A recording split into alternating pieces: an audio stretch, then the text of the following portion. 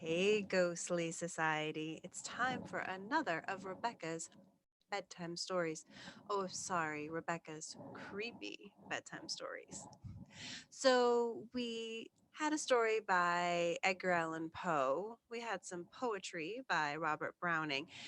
So, tonight we're going to go with another biggie, H.P. Lovecraft. This story is called In the Vault. It's a little bit longer, not long, but a little bit longer than what we've read so far, but I think you'll see that it is super creepy.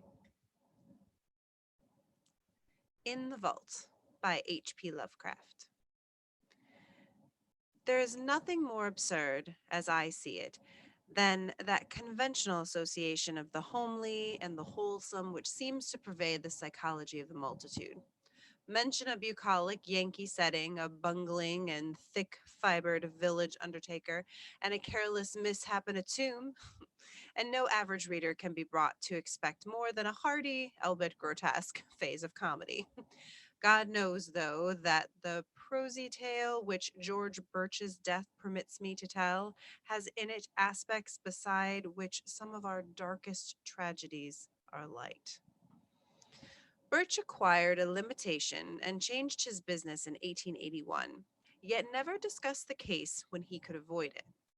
Neither did his old physician, Dr. Davis, who died years ago. It was generally stated that the affliction and shock were results of an unlucky slip whereby Birch had locked himself for 9 hours in the receiving tomb of Peck Valley Cemetery, escaping only by crude and disastrous mechanical means. But while this much was undoubtedly true, there were other and blacker things which the man used to whisper to me in his drunken delirium toward the last. He confided in me because I was his doctor and because he probably felt the need of confiding in someone else after Davis died. He was a bachelor, wholly without relatives. Birch, before 1881, had been the village undertaker of Peck Valley and was a very callous and primitive specimen, even as such specimens go. The practices I heard attributed to him would be unbelievable today, at least in a city. And even Peck Valley would have shuddered a bit had it known the easy ethics of its mortuary artists in such debatable matters as the ownership of costly laying out apparel invisible beneath the casket's lid, and the degree of dignity to be maintained in posing and adapting the unseen members of lifeless tenants to containers not always calculated with the sublimest accuracy. Most distinctly, Birch was lax, insensitive, and professionally undesirable. Yet I still think he was not an evil man. He was merely crass of fiber and function, thoughtless, careless, and liquorish, as his easily avoidable accident proves, and without that modicum of imagination which holds the average citizen within certain limits fixed by taste. Just where to begin Birch's story, I can hardly decide, since I am no practiced teller of tales. I suppose one should start in the cold December of 1880, when the ground froze and the cemetery delvers found they could dig no more graves till spring.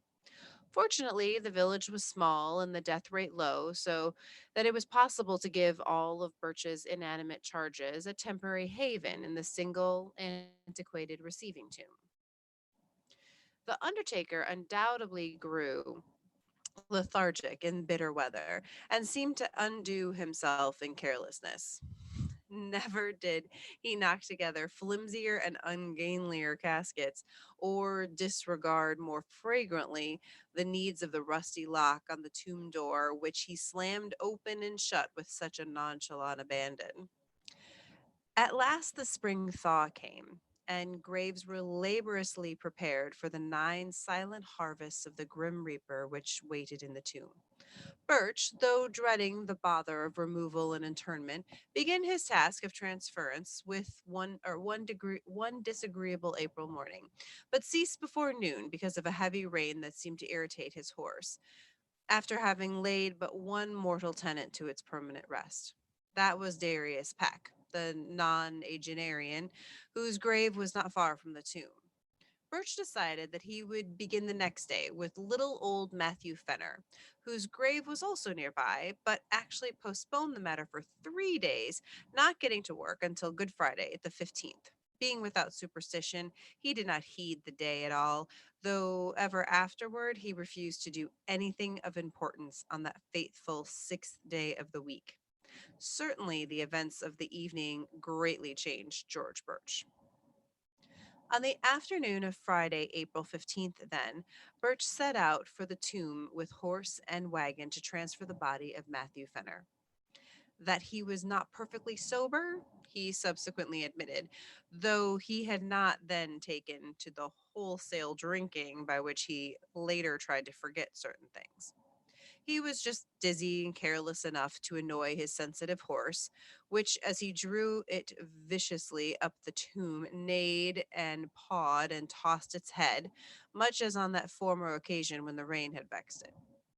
The day was clear, but a high wind had sprung up, and Birch was glad to get to shelter as he unlocked the iron door and entered the side hill vault. Another might not have relished the damp, odorous chamber with the 8 carelessly placed coffins, but Birch in those days was insensitive and was concerned only in getting the right coffin for the right grave. He had not forgotten the criticism aroused when Hannah Bixley's relatives, wishing to transport her body to the cemetery in the city whither they had moved, found the casket of Judge Capwell beneath her headstone. The light was dim, but Birch's sight was good, and he did not get Asaph Sawyer's coffin by mistake, although it was very similar. He had indeed made that coffin for Matthew Fenner, but had cast it aside at last as too awkward and flimsy, in a fit of curious sentimentality aroused by recalling how kindly and generously the little old man had been to him during his bankruptcy 5 years before.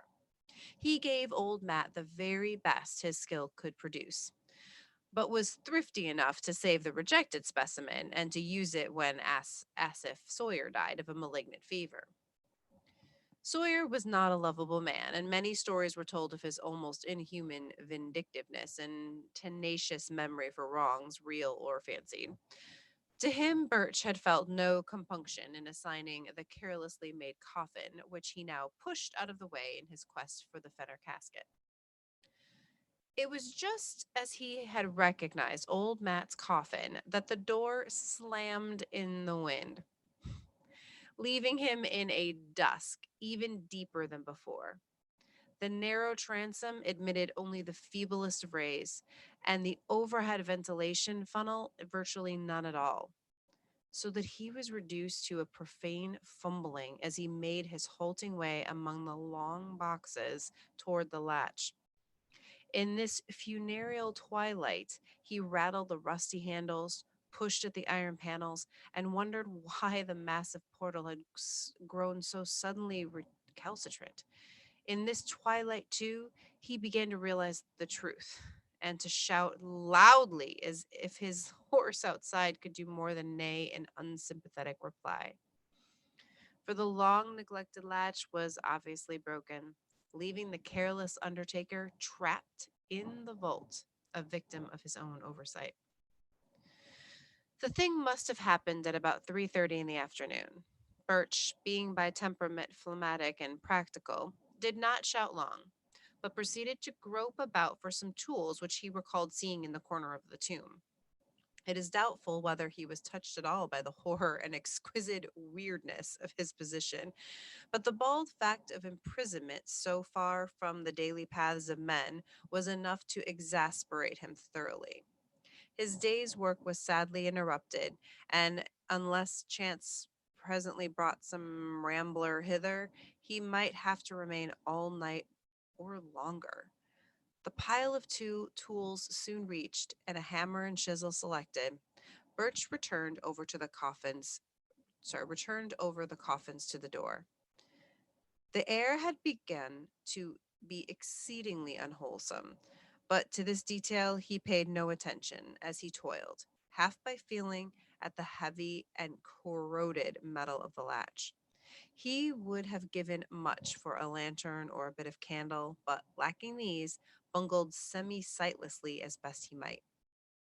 When he perceived that the latch was hopelessly unyielding, at least to such meager tools and under such tenebrous conditions as these, Birch glanced about for other possible points of escape. The vault had been dug from a hillside, so that the narrow ventilation funnel at the top ran through several feet of earth, making this direction utterly useless to consider. Over the door, however, the high, slit like transom in the brick facade gave promise of possible enlargement to a diligent worker.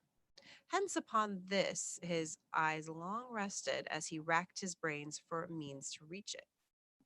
There was nothing like a ladder in the tomb, and the coffin niches on the sides and rear, which Birch seldom took the trouble to use, afforded no ascent to the space above the door. Only the coffins themselves remained as potential stepping stones, and as he considered these, he speculated on the best mode of transporting them. 3 coffin heights, he reckoned, would permit him to reach the transom, but he could do better with 4.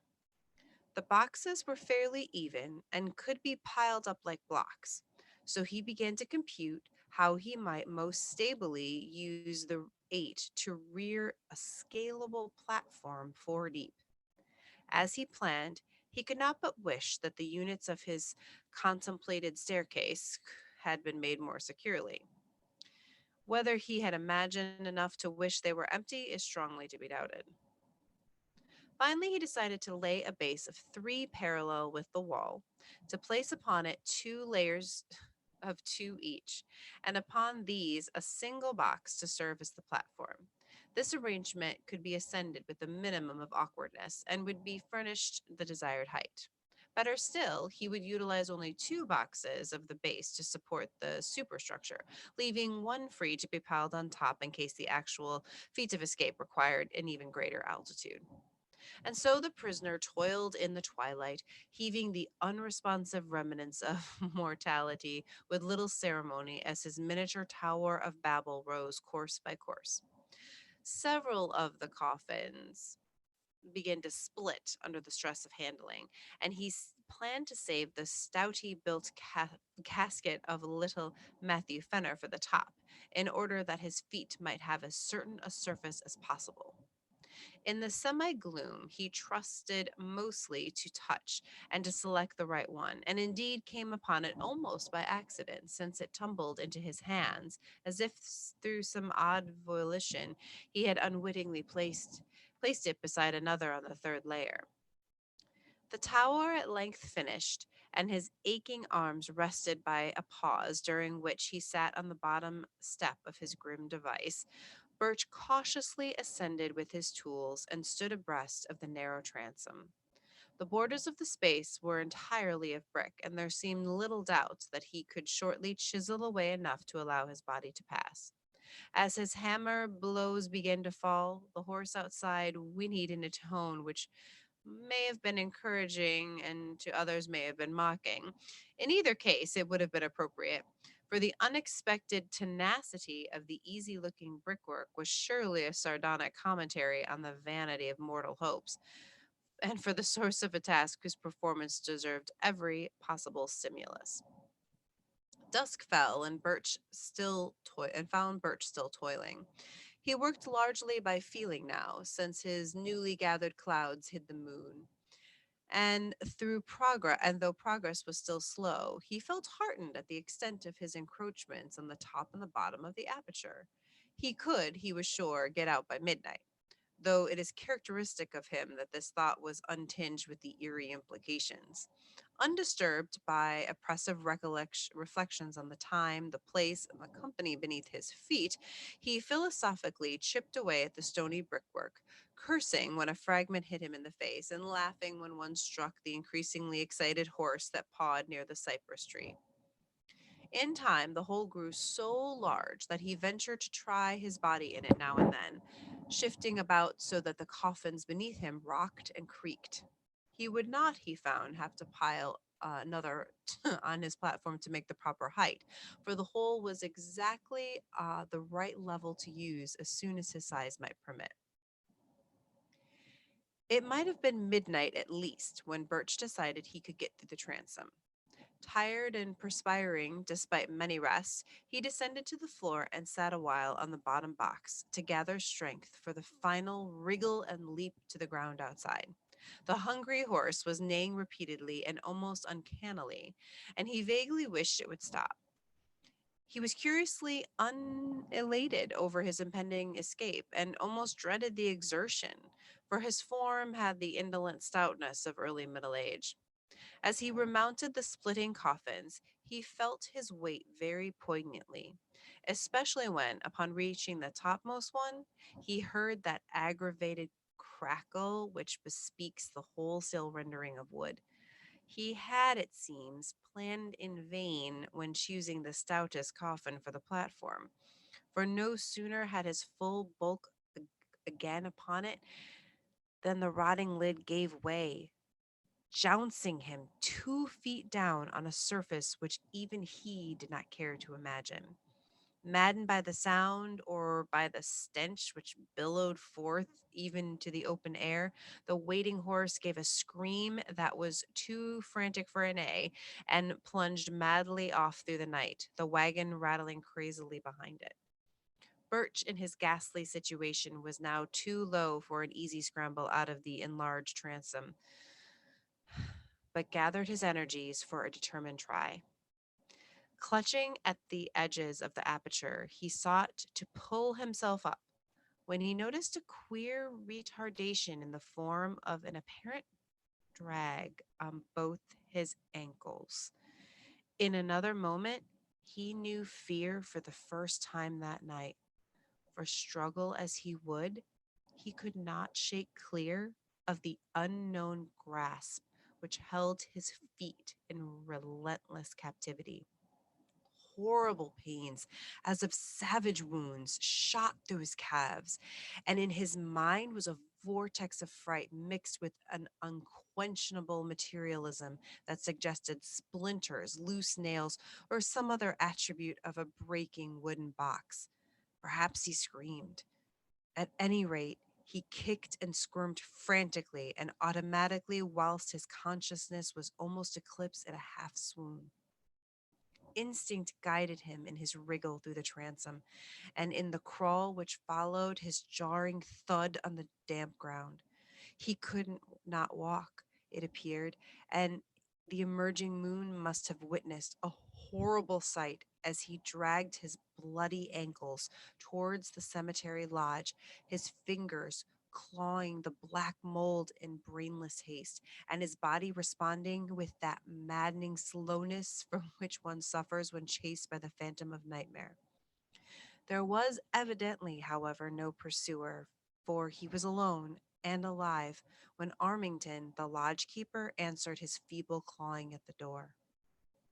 Armington helped Birch to the outside of a spare bed and sent his little son Edwin for Dr. Davis.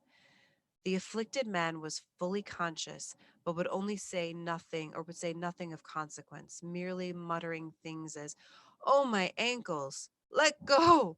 or "Shut in the tomb!"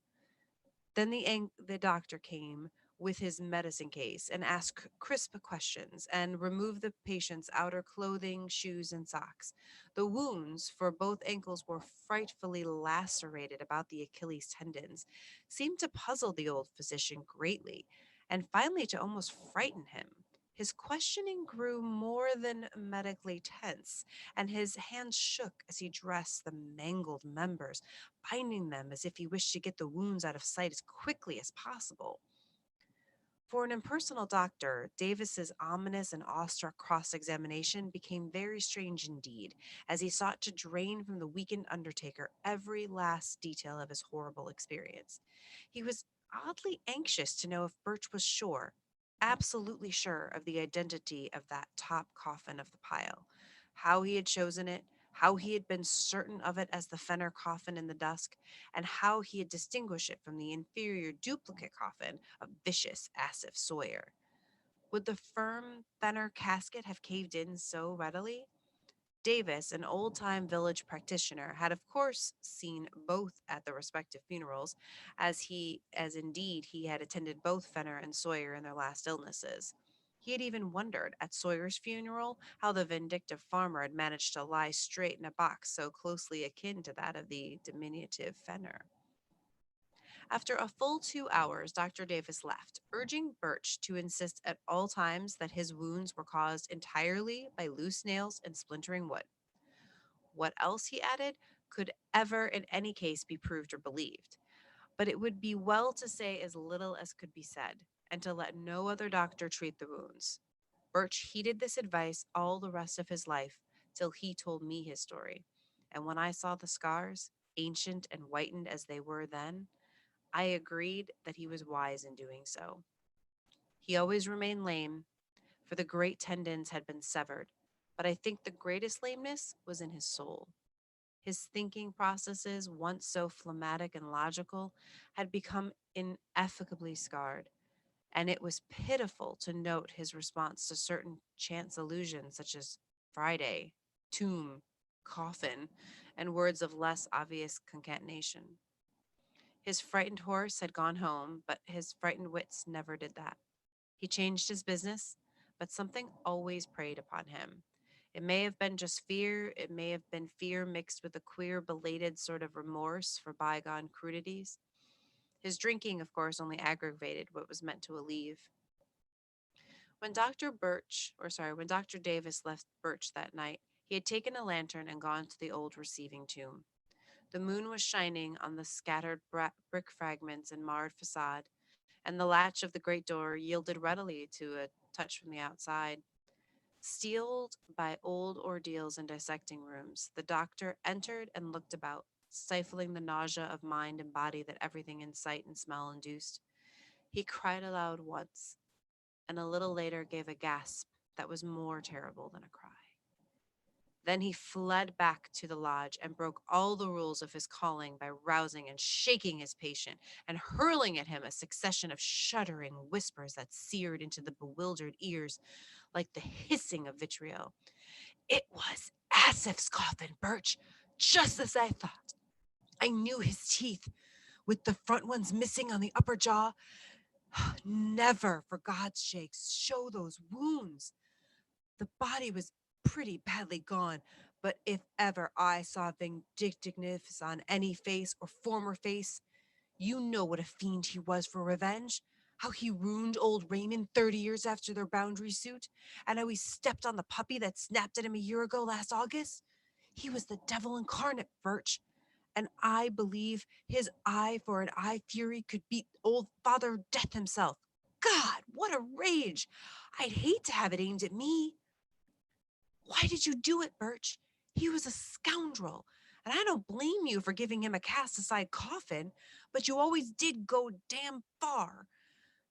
Well enough to skimp on the thing in some way, but you knew what a little man old Fenner was. I'll never get the picture out of my head as long as I live.